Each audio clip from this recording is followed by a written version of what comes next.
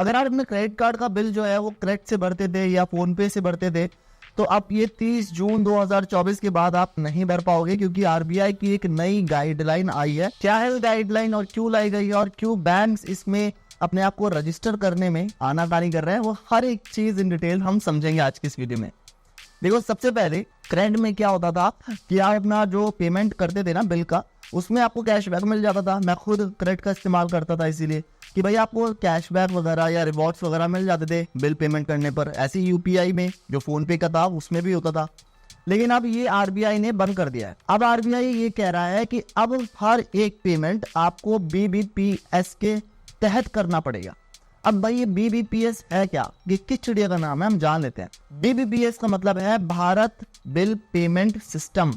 ये एक integrated system RBI द्वारा रेगुलेटेड बनाया गया है, जहां पर आप हर एक चीज का पेमेंट कर सकते हैं। फिर चाहे अपने मोबाइल का रिचार्ज हो, वाईफाई का रिचार्ज हो, बिजली का बिल हो, पानी का बिल हो, टीवी का रिचार्ज, कोई भी रिचार्ज आप यहां से बड़ी आसानी से कर सकते हैं। अब जाहिर सी बात है, मन में सवाल उठना लाजमी है कि भाई हमारे पास तो ऑलरेडी अमेजोन है, उस पर भी ये सब चीजें मिलती है। हमारे पास तो फोन पे है, हमारे पास तो पेटीएम भी है, उस पर भी ये सब चीजें मिलती है। तो ये क्यों लाया गया, आरबीआई को क्यों जरूरत पड़ गई? तो देखो, आरबीआई को इसलिए जरूरत पड़ी क्योंकि कई सारे ऐसे केसेस आते थे और पास्ट में भी ऐसा हुआ है कि आपके साथ फ्रॉड हो जाता था। आपका पेमेंट कई बार अटक जाता था या आपका पेमेंट होता ही नहीं था।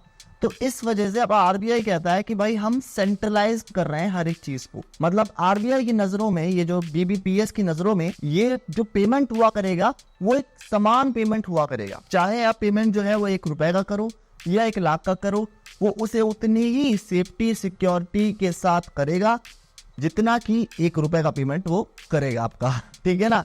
तो इस चीज के लिए लाया जा रहा है।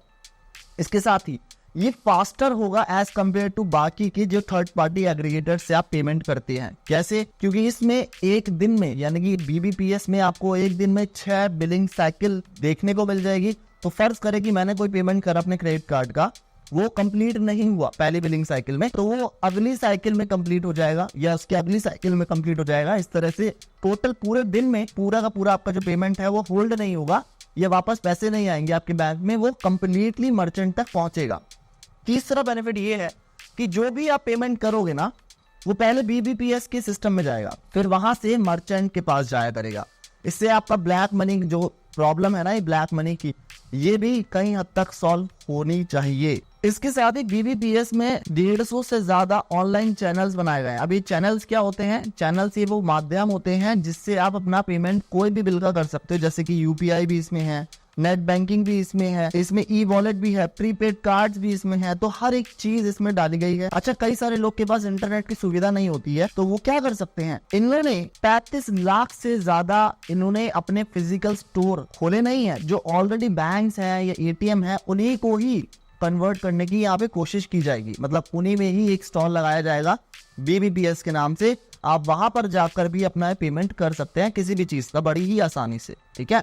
और सबसे अहम चीज यहाँ पे ये आती है कि सेफ्टी आपके लिए जरूरी हो जाती है। अगर आपको पहले से पता होगा कि भाई ये आरबीआई रेगुलेटेड प्लेटफॉर्म है, तो आप भी बड़ी आसानी के साथ, आप बड़ी अपनी तसल्ली के साथ पेमेंट भी कर सकते हैं और आपको ना डर नहीं लगेगा कोई भी बड़ा पेमेंट करने में, यार पेमेंट होल्ड हो गया तो क्या होगा। ठीक है ना? क्योंकि आपको पता है कि पीछे से आरबीआई रेगुलेट कर रहा है, उसकी नजर इन सारे पेमेंट्स पे रहेगी। इसके साथ ही अच्छी बात यहाँ पे ये भी है कि जैसे ही आप कोई भी पेमेंट करोगे ना, तुरंत के तुरंत आपको ईमेल के द्वारा, आपके फोन पे एसएमएस के द्वारा भी आपको नोटिफाई किया जाएगा कि भाई आपने इतने रुपए का पेमेंट किया है और इस मर्चेंट को किया है। ऐसी मर्चेंट के साथ भी होगा।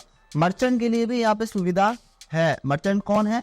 मर्चेंट आपका बैंक है या जो भी वो व्यक्ति है जिसको आप पेमेंट भेजना चाह रहे हैं, वो मर्चेंट की कैटेगरी में आ जाता है। उनके लिए भी यहाँ पे काफी सारी सुविधाएं डाली गई हैं ताकि आप दोनों का जो ये तालमेल है वो सही तरीके से चलता रहे। तो एक तरह से कह सकते हैं कि बीबीपीएस जो है वो फोन पे हो गया, वो या पेटीएम हो गया, उसे अपने अंदर ही शामिल कर लेगा और हो भी गया है। आप इनकी वेबसाइट पे जाके देखेंगे तो यहाँ पर सारे के सारे बैंक्स भी आ चुके हैं और ये एग्रीगेटर जो है वो भी अब इसमें शामिल होना शुरू हो चुके हैं। अब बात करते हैं कि यार अगर इतना ही अच्छा चीज है ये, तो बैंक्स क्यों आनाकानी कर रहे हैं? देखो, बैंक्स की जो सबसे ज्यादा कमाई होती है वो ट्रांजैक्शनल फीस से होती है। ठीक है?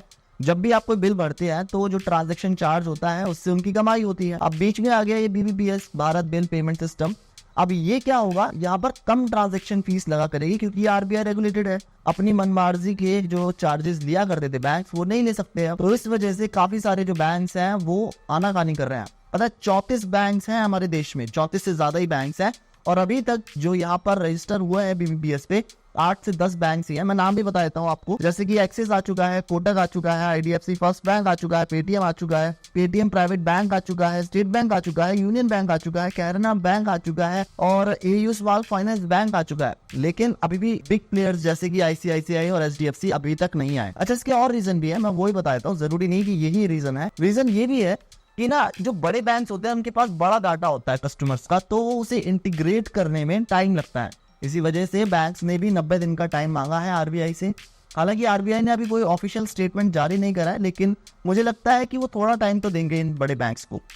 इसके साथ ही टेक्नोलॉजी को एडवांस करना पड़ता है भाई। BBPS के साथ तालमेल को बिठाने के लिए पैसा चाहिए। हर बैंक को अपने सिस्टम को इंटीग्रेट करना पड़ेगा, अपने सॉफ्टवेयर को और एडवांस करना पड़ेगा। इस वजह से भी बैंक को थोड़ा वक्त तो देना बनता है। अब सवाल ये उठता है कि भाई जिन लोगों के पास क्रेडिट कार्ड है वो अपना ट्रांजैक्शन कैसे करेंगे 30 जून से पहले। देखो, अगर आपके पास फर्ज करो ICICI बैंक का क्रेडिट कार्ड है या HDFC का है, तो उनकी ऐप पे जाकर आप नेट बैंकिंग के जरिए पेमेंट कर सकते हो फिलहाल तो। लेकिन आगे से आपको BBPS का सहारा लेना पड़ेगा क्योंकि अभी ये रेगुलेशन आ ही गया है, ठीक है ना। तो इस तरह से आप 30 जून से पहले अपना बिल क्लियर करो, क्योंकि बिल तो भरना ही है ना। नहीं भरोगे तो इंटरेस्ट लगना शुरू हो जाएगा, लेट फीस लगनी शुरू हो जाएगी, तो वो काम मत करना। और उम्मीद है यार आपको हर एक चीज़ समझाई हो मैंने, अच्छे से समझ में आई हो आपको। फिर भी कोई चीज़ रह गई हो, आपको ना समझ में आई हो, तो कमेंट में पूछ लेना। और अगर आप किसी टॉपिक पर मुझसे वीडियो बनवाना चाहते हैं ना, कमेंट डाउन कर देना, मैं उसके ऊपर वीडियो लाने की जल्द से जल्द कोशिश करूंगा। पहली बार चैनल पे आया, सब्सक्राइब किए बिना मत जाइएगा। मैं मिलता हूं आपको अगली वीडियो में, तब तक के लिए जय हिंद दोस्तों।